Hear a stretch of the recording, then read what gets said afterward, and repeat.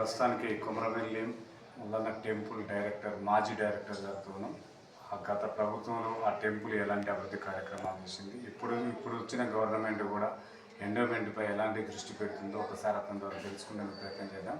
Sir నమస్కారం. Sir, మీరు Komaravelli temple డైరెక్టర్గా ఉన్నప్పుడు ఆ టెంపుల్ ఎలాంటి అభివృద్ధి కార్యక్రమాలు చేశారు సార్? నా పేరు జూకట్ కృష్ణయ్య.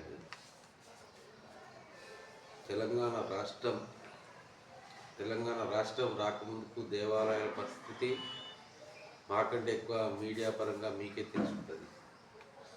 రాష్ట్రంలో పుణ్యక్షేత్రాలన్నీ అభివృద్ధి పదంలో నడుస్తున్నాయంటే కేసీఆర్ ప్రభుత్వం వచ్చిన తర్వాతనే ప్రత్యేకంగా దృష్టి సారించి యాదాద్రి కానివ్వండి, భద్రాద్రి కానివ్వండి, ఇలా కొండగట్టు కానివ్వండి, వేములవాడ, ఇవన్నీ కూడా కేసీఆర్ ప్రభుత్వం వచ్చిన తర్వాతనే ఆలయాల మీద ప్రత్యేక దృష్టి పెట్టి ప్రజల అవసరాలకు అనుగుణంగా అక్కడికి వచ్చే జనాభాకు ఏం చేస్తే ఇక్కడ ఎవరు ఇబ్బంది పడకుండా ఉంటారో ఆ విధంగా తెలంగాణ ప్రభుత్వం కేసీఆర్ వచ్చిన తర్వాత అన్ని నిర్మాణాలు జరిగినాయి. వచ్చిపోయే భక్తులకు కూడా ఎలాంటి అసౌకర్యం లేకుండా చాలా ఏర్పాట్లు చేసిండ్రు.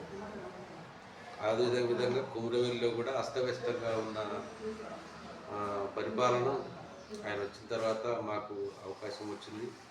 మేము కూడా చాలా వరకు కొమరవెల్లి దేవస్థానంలోకి ప్రవేశించిన తర్వాత అక్కడ ఉన్న ఇరుకు రోడ్లను వెడల్పు చేయడం కానీ, డోనర్స్ ద్వారా కొత్త భవనాల నిర్మాణం కానివ్వండి, దేవాలయంలో అంతర్గతంగా భక్తులకు జరిగే ఇబ్బందులను నివారించడానికి చుట్టుపక్కల ఉన్న వ్యర్థాలను మొత్తం నీట్గా చేసి రోడ్లు వెడల్పు చేయడం వల్ల ఈరోజు భక్తులు ఎటువంటి అసౌకర్యం లేకుండా వచ్చిపోయే భక్తులకు మంచి సౌకర్యాలతో ఈరోజు యాత్రికులందరూ చాలా సంతోషంగా వస్తున్నారు, పోతున్నారు. ఎటువంటి ఆటంకాలు లేకుండా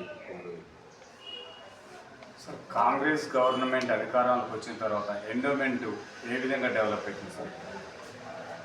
రేవంత్ రెడ్డి గారు ముఖ్యమంత్రి అయినాక కాంగ్రెస్ గవర్నమెంట్ వచ్చిన తర్వాత ఎండోమెంట్లో ఏం జరుగుతుందంటే, ఎండోమెంట్ నుండి డబ్బులు ప్రభుత్వం వాడుకునే పరిస్థితి ఉంది తప్ప ప్రభుత్వమే డైరెక్ట్గా ఎండోమెంట్కు దేవాలయాల అభివృద్ధికి ₹1 కూడా ఖర్చు పెట్టిన దాఖలాలు లేవు.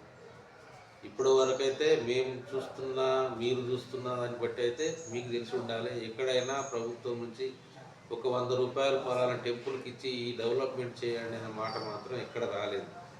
ఆయారం గాయారం లెక్క ఉన్నది. ఏ విధంగా అయితే కేసీఆర్ ఉన్నప్పుడు ఉన్నాయో అదే విధంగా అప్పటి వరకే ఉన్నది.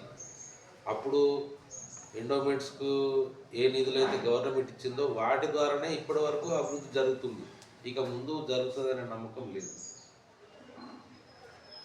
సార్, ఇప్పుడు ఈ యాదగిరిగుట్ట కూడా కేసీఆర్ ద్వారానే అభివృద్ధి చెందిందంటారు సార్. అలా మీ కొమరవెల్లిని కూడా ఏమైనా చేసే ప్రయత్నం చేసిండు? అప్పుడు చేసిండు సార్. దానికి కూడా అతి త్వరలోనే ఒకరోజు సందర్శించి, అంటే 3వ ముఖ్యమంత్రి అయినాక ఆయన ఒక ప్రోగ్రాం ఉండే, అతకు కేసీఆర్ సార్ కిందంటే కొమరవెల్లి మల్లన్న అంటే చాలా ప్రీతికరమైన దేవుడు. అక్కడ కూడా ఒక ₹100 కోట్లతోటి కొమరవెల్లికి ఒక రింగ్ రోడ్డు, లోపల అంతర్గత ఆలయాలు, ఇలాంటి చాలా నిర్మాణం కోసం ఆయన ప్లాన్ చేసింది. దానికి అనుగుణంగానే కొమరవెల్లికి ముందున్న గుట్టపైకి 5 కోట్లతోటి రోడ్డు కూడా వేయించడం జరిగింది. ఆ రోడ్డు వేసిన తర్వాత పైన అక్కడ మంచి మంచి బిల్డింగ్స్ కట్టడం కానీ, ప్రజల కోసం డోనర్స్ ద్వారా అక్కడ కూడా ఏదో ఒక టెంపుల్ కట్టాలనే ఆలోచనలో కేసీఆర్ గారు ఉండే. దానికి అనుగుణంగానే 5 కోట్లతోటి రోడ్డు వేయడం జరిగింది, ఘాట్ రోడ్డు. సార్, కొమరవెల్లి మల్లన్న టెంపుల్కు ఉన్న ప్రత్యేకతలు ఏంటి సార్? మీరు డైరెక్టర్గా చేసారు కదా, దాని గురించి మీకు పరిపూర్ణ అవగాహన ఉంటుంది. అసలు దాని యొక్క ప్రత్యేకతలు ఏంటి? ప్రత్యేకత అంటే అది మామూలు ప్రత్యేకత కాదు సార్. అక్కడికి వెళ్ళిన తర్వాత తెలుస్తుంది ఎవరికైనా. ఇక్కడ ఉంటే ఇక్కడ ఏముందో మనకు తెలుసు, కానీ అక్కడికి పోతే ఆ వాతావరణమే వేరుంటుంది. అక్కడికి పోయిన భక్తులకు నమ్మకం ఏంటంటే, ఇక్కడికి వస్తే ఒక సంవత్సరం మొత్తంలో ఏమైనా ఆపదలు ఉన్నోళ్ళు, కష్టాలు వచ్చిన వాళ్ళు అక్కడికి వచ్చి వెళ్ళిన తర్వాత మళ్ళీ వచ్చే జాతర వరకల్లా వాళ్ళకి తెలిసిపోతుంది ఏం జరిగింది, కొమురవెల్లి పోయి వచ్చినందుకు ఏం జరిగింది అనేది వాళ్ళకి తెలుస్తుంది. ఆ స్వామి కూడా వాళ్ళకి ఇంతవరకు వాళ్ళకున్న చీడపీడలను తొలగించిండు, వాళ్ళకున్న బాధలు తొలగించిండు అనేది వాళ్ళకి అర్థమైపోయి వాళ్ళు ఇంకొంచెం ప్రచారం చేయడం వల్ల, నేను కొమురవెల్లి వెళ్ళడం వల్ల ఆ మల్లన్న గారి ఆశీస్సులు తోటి నాకున్న ఇబ్బందులు తొలగినాయి అని వాళ్ళు ప్రచారం చేయడం ద్వారా ఇంకొంతమంది కూడా రావడం, ఈరోజు లక్షలాది మంది, ఒకప్పుడు వేలల్లో వచ్చే జనాభా భక్తులు ఈరోజు లక్షలలో దర్శనం చేసుకుంటున్నారు. కారణం మల్లికార్జున స్వామి దర్శనం ద్వారా జనానికి ఉన్న ఇబ్బందులు పోతాయనే సంపూర్ణమైన విశ్వాసం, మల్లన్న మీద ఉన్న విశ్వాసం. సార్ ఇప్పుడు మల్లన్న స్వామి టెంపుల్ పరిధిలో చాలా ఎకరాల భూములు ఉన్నాయి. అప్పుడు కేసీఆర్ దాన్ని ధ్వంసం చేసిందని చెప్పేసి కొంతమంది అప్పుడు ఉన్న టాక్ సార్, అది ఎంతవరకు వాస్తవం? లేదండి, అంతకుముందు చాలా వరకు భూములు కబ్జాకు గురైనవి. కేసీఆర్ ప్రభుత్వం వచ్చిన తర్వాత కేసీఆర్ గారే స్వయంగా కొమురవెల్లికి వచ్చి స్వామివారి దర్శనం చేసుకున్న తర్వాత సుమారు 360 ఎకరాల భూమికి మల్లన్న దేవుని పేరు మీద పట్టేదారు పాస్బుక్ ఇవ్వడం జరిగింది. అంతకుముందు కేవలం మాన్యాలు, దేవుని మాన్యాలుగానే వదిలేసినారు. అప్పటికీ కూడా కొంతవరకు అన్యాక్రాంతం అయింది. ఆ అన్యాక్రాంతమైన భూమిని కూడా సర్వేయర్ ద్వారా సర్వేర్ చేయించి పూర్తిగా అద్దురాలు నిర్మించి ఈ భూమిని మొత్తం కొమురవెల్లి మల్లన్నకు పాస్బుక్ కూడా ఇవ్వడం జరిగింది. అంతకుముందు అన్యాక్రాంతం అయింది. అయిన వాటిలో టెంపుల్ పరిసరాల్లో కూడా చాలా వరకు కబ్జాలు అయితే వాటిని మేమే ఈఓ గారి ద్వారా తీర్మానం చేసి ఎండోమెంట్ అనుమతితోటి, కమిషనర్ గారి అనుమతితోటి చాలా వరకు కూల్చేసాం. అక్కడ స్టార్టింగ్లో ఏం చేస్తారంటే ఒక బొమ్మలు కొట్టుకొని ఏదో బొమ్మలు ఇలాంటివి పెట్టుకొని అమ్ముకుంటూ చిన్న గుడిసెలకి వేస్తారు, వెనుక రూమ్ కట్టుకొని. గతమంతా ఆలయం చుట్టుపక్కల మొత్తం కబ్జానే.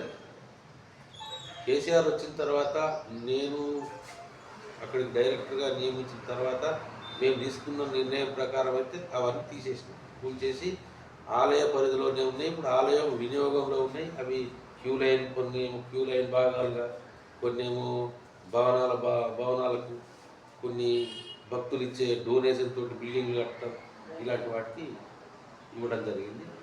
దానివల్ల మంచిగా జరిగింది. ఓకే సార్, ఎండోమెంట్ ఆదాయమే కాకుండా ఉండే ఆదాయం ద్వారా ఎలాంటి అభివృద్ధి చేసేసారు? ఎంత ఆదాయం వచ్చేది? ఆదాయం అంటే కోట్లలో ఉంటుంది సార్ మల్లన్నది. ఇప్పుడు 7 వారాలు ఉంటాయి మల్లన్నకు. 7 వారాలలో వచ్చే ఆదాయం మామూలుగా ఉండదు. ఆదాయం ఉన్నది కానీ అప్పుడున్న గతంలో ఉన్న ప్రభుత్వాలు ఏం చేసినాయో మనకు తెలియదు. కానీ మేము కేసీఆర్ ప్రభుత్వం వచ్చిన తర్వాత ఆలయాల్లో వచ్చే వెండి ద్వారా కానీ, బంగారం ద్వారా కానీ అవి బ్యాంకులో బాండ్లుగా మార్చేసి దాని ద్వారా వచ్చే నిధుల ద్వారా ఆలయాలకు వినియోగించేది. ఆలయ పరిసరాలకు కానీ, ఆలయ అభివృద్ధికి కానీ, అక్కడ ఉన్న స్టాఫ్కి కానీ, స్టాఫ్ ఉంటారు ఉద్యోగులకు కానీ, పూజారులకు కానీ మంచి సౌకర్యాలు కల్పించడం. ఓకే సార్, మల్లన్న స్వామి దర్శనం కోసం ఎక్కడి నుంచి భక్తులు ఎక్కువ వచ్చేవారు సార్? ఎక్కువగా మహారాష్ట్ర నుంచి, కర్ణాటక నుండి భావిస్తారు. మహారాష్ట్రలో కూడా మల్వార్ మల్లన్న అన్నది. అసలు ఇక్కడున్న మల్లన్నకు ప్రస్థానమే మల్వార్ మల్లన్న, మైలార్ మల్లన్న. మైలార్ నుంచి స్వామివారు ఇక్కడ ప్రత్యక్షంగా వచ్చిందనేది పూర్వీకులు చెప్తున్న విషయం. అక్కడి తర్వాత మల్లికార్జున స్వామి ఆలయం ఉన్నదంటే ఒక కొమురవెల్లిలోనే.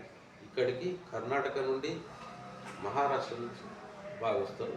ప్లస్ తెలంగాణలో ప్రతి జిల్లా నుండి.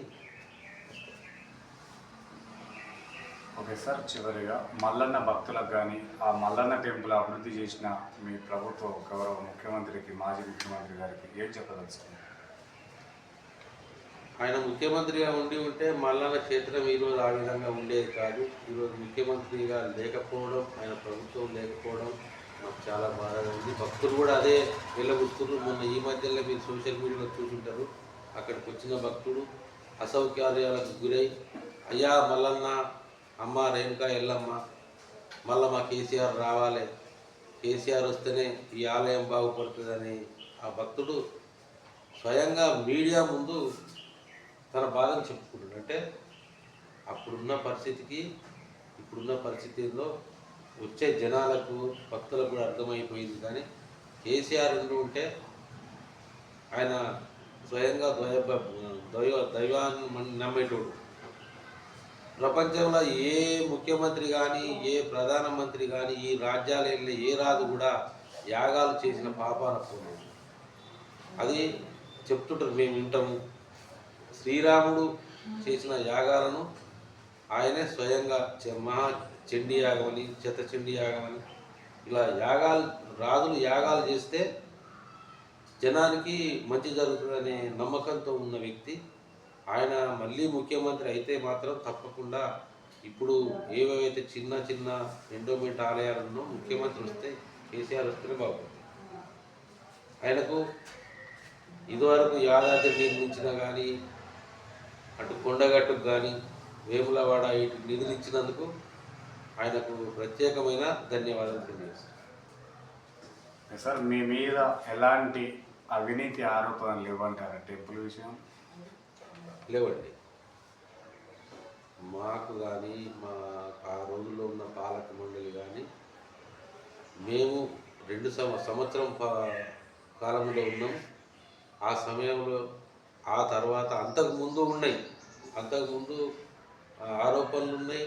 డైరెక్టర్లే ఏదో డబ్బులు తీసుకున్నారని, ఏదో షాపు వాళ్ళని బెదిరించేదని ఇవన్నీ ఆరోపణలు వచ్చినాయి. వాటి మీద కొంతమంది మీద కేసులు కూడా అయినాయి. కానీ మేమున్న సంవత్సర కాలంలో ఎటువంటి ఆరోపణలు రాలేదు. మేము కూడా స్వచ్ఛందంగా మేము అక్కడికి వెళ్ళి రావడానికి మా సొంత ఖర్చులతోనే వెళ్ళాం తప్ప ఆలయాలలో మేము ఎటువంటి అవినీతి పాల్పడలేదు. దేవుడు మేము కూడా దేవుడిని నమ్మినాం కాబట్టి ఆయన మేము ఖర్చు పెట్టుకొని వెళ్ళాం తప్ప మేము ఎక్కడ 100 రూపాయలు కూడా మేము చేయలేదు. సార్, అక్కడ కొబ్బరికాయలు కానీ నెత్తి కానీ ఏలంపాట విషయంలో అవినీతి జరిగిందన్నప్పుడు మీరు లేరా సార్? మేము ఉన్నప్పుడు ఎటువంటి అవినీతి లేదండి. మేము ఏదైతే టెండర్ వేసినామో టెండర్ల ద్వారానే వర్క్ జరిగింది. దానికి సంబంధించిన పూర్తి రికార్డులు, ఆదాయం అంతా ఎండోమెంట్లోనే ఉంటుంది. ఇవ్వగారు. Okay sir, thank you.